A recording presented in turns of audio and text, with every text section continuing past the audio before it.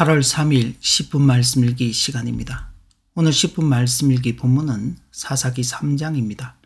주요 내용을 보시면 1절부터 6절까지는 남겨진 가나안 족속들에 대하여, 7절부터 11절까지는 사사 온니엘에 대하여, 12절부터 30절까지는 사사 에웃에 대하여, 31절은 사사 삼갈에 대한 말씀이 기록되어 있습니다. 본문 7절부터 11절까지를 함께 봅니다.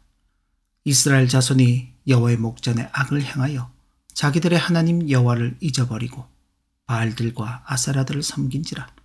여호와께서 이스라엘에게 진노하사 그들을 메소보다미아 왕 구산리사다임의 손에 파셨으므로 이스라엘 자손이 구산리사다임을 8년 동안 섬겼더니 이스라엘 자손이 여호와께 부르짖음에 여호와께서 이스라엘 자손을 위하여 한 구원자를 세워 그들을 구원하게 하시니 그는 곧 갈렙의 아우 그나스의 아들 온니엘이라. 여호와의 영이 그에게 임하셨으므로 그가 이스라엘의 사사가 되어 나가서 싸울 때에 여호와께서 메소보다미아 왕 구산리사다임을 그의 손에 넘겨주심에 온니엘의 손이 구산리사다임을 이기니라. 그 땅이 평온한 지 40년에 그나스의 아들 온니엘이 죽었더라. 아멘. 여호수아가 주도했던 가나안 정복 전쟁에 참여한 가나안 정복 1세대의 시대가 지나가고 전쟁을 경험하지 못한 가나안 2세대가 등장하게 되었습니다. 그런데 이 새로운 세대는 전쟁을 통해 역사하셨던 하나님의 은혜로운 구원을 체험하지 못한 세대요, 하나님께 대한 온전한 신앙과 건강한 지식을 갖지 못한 세대였습니다. 그래서 하나님께서는 가나안의 모든 전쟁을 알지 못하는 이스라엘 자손들을 시험하시기 위하여 이방 민족들을 남겨두시기로 결정하셨고, 그렇게 남겨진 이방 민족들은 블레셋의 5 군주들과 모든 가나안 족속과 시돈 족속과 바알 헤르몬 산에서부터 하맛 입구까지 레바논 산에 거주하는 히위 족속이었습니다. 하나님께서 이들을 남겨두신 이유는 남겨두신 이 이방 민족들로 이스라엘을 시험하사 여호와께서 모세를 통하여 그들의 조상들에게 이르신 명령들을 순종하는지 알고자 하심에 있었지만, 이스라엘 백성들은 이런 하나님의 뜻을 저버리고는 가나안 족속과 헷 족속과 아모리 족속과 브리스 족속과 히위 족속과 여부스 족속 가운데 거주하면서 그들의 딸들을 맞아 아내로 삼으며 자기의 딸들을 그들의 아들들에게 주고 또 그들의 신들을 섬기는 범죄를 저지르고 말았던 것입니다. 그러나 여기서 중요한 점은 시험을 제공하는 주 원인은 하나님이 아니라는 사실입니다. 즉 하나님께 대한 불신앙으로 말미암아 파생된 여러 요소들이 시험의 요인으로 작용하는 것입니다. 사실 이스라엘 백성들이 하나님과의 언약을 성실하게 준행하고 하나님의 말씀에 순종하였더라면 그들은 자신들을 시험에 빠지게 하는 요소들을 발생시키지 않았을 것입니다. 하지만 그들은 하나님과의 언약을 지키지 않고 하나님께서 명령하신 말씀에 태만히 반응함으로써 결국 스스로 시험에 빠지는 과오를 범하였던 것입니다. 지나간 역사가 분명하게 가르쳐주고 있는 사실은 이스라엘 백성은 하나님의 도우심으로 애굽에서의 노예 생활을 청산할 수 있었으며 죽음과 고통이 상존하는 땅 광야를 건너 마침내 약속의 땅 가나안에 도달할 수가 있었다는 것입니다. 더욱이 이스라엘은 하나님의 절대적인 도우심을 힘입어 가나안 정복 전쟁을 성공리에 추진해 갈 수 있었던 것입니다. 하지만 이스라엘은 시간이 지나면서 점차 가나안 땅에 대해 친숙해지고 또 정착 생활에 대한 강한 열망으로 인해 정복 전쟁을 완전히 이행하지 못하고 현실에 안주하려는 시도를 하였으며, 가나안 땅에 정착하기 시작한 세대는 하나님께서 베푸신 은혜는 잊어버리고 가나안 땅과 그 땅에 살고 있던 가나안 족속들이 가진 것들을 더 좋아하였던 것입니다.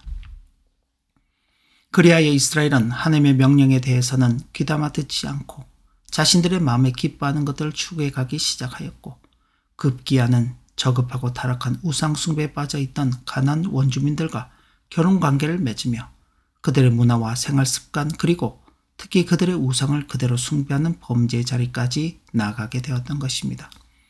이런 사실에 대해서 사사기는 이스라엘 자손이 여호와의 목전에 악을 행하여 자기들의 하나님 여호와를 잊어버리고 바알들과 아세라들을 섬긴지라 라고 분명하게 지적하고 있는 것입니다.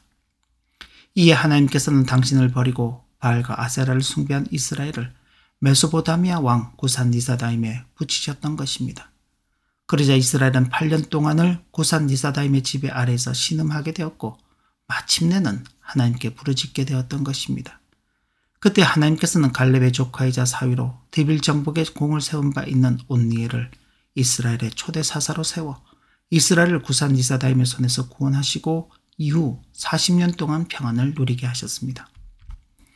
하나님의 구원하심과 사사 온니엘의 활약으로 안정을 되찾은 이스라엘은 잠시 하나님 앞에서 바른 신앙생활을 하는 듯 하였으나 시간이 흐르고 사사 온니엘이 죽자 또다시 제약된 옛 행태로 빠져들기 시작하였던 것입니다.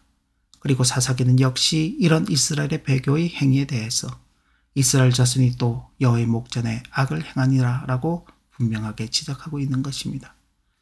이스라엘 자손들이 다시 여호와의 목전에 악을 행하게 되자 하나님께서는 이번에는 모압 왕들을 통하여 이스라엘을 징계하셨습니다. 모압 왕 에글론은 암몬과 아말렉 족속과 동맹을 맺어 이스라엘을 공격하였으며 이스라엘의 가나안 정복의 상징적 성읍인 여리고마저 점령하여 버렸던 것입니다.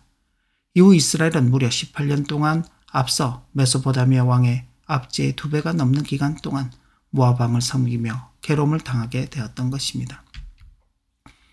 이스라엘의 압제 속에서 여호와께 호소하자 하나님께서는 이번에는 베냐민 지파 출신으로 게라의 아들인 에훗을 이스라엘을 구할 사사로 세우셨습니다. 사사 에훗의 두드러진 특징은 그가 왼손잡이였다는 것입니다. 특히나 베냐민 지파에는 왼손으로 물맷돌을 던지는 명사수들이 700명이나 될 정도로 유달리 왼손잡이 용사들이 많았습니다. 따라서 에훗 역시 베냐민 지파의 한 왼손잡이 용사임을 알 수 있습니다. 그런데 여기서 왼손잡이는 문자 그대로 번역할 경우 오른손이 제구시를 못하는 자라는 뜻입니다. 즉 사사 에훗은 단순한 왼손잡이 용사가 아니라 오른손에 장애가 있는 왼손잡이라는 뜻으로 볼 수도 있습니다.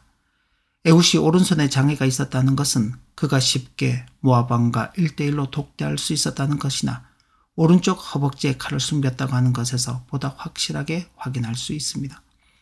이처럼 모압 왕의 의심과 경계를 쉽게 풀고 모압 왕과 둘만 남게 되었던 에훗은 자신이 몰래 숨기고 간 칼로 모압 왕 에글론을 죽였으며 이스라엘 자손을 소집하여 모압 용사 1만을 죽이고 이스라엘을 구함으로써 80년 동안 평안을 누리게 하였던 것입니다.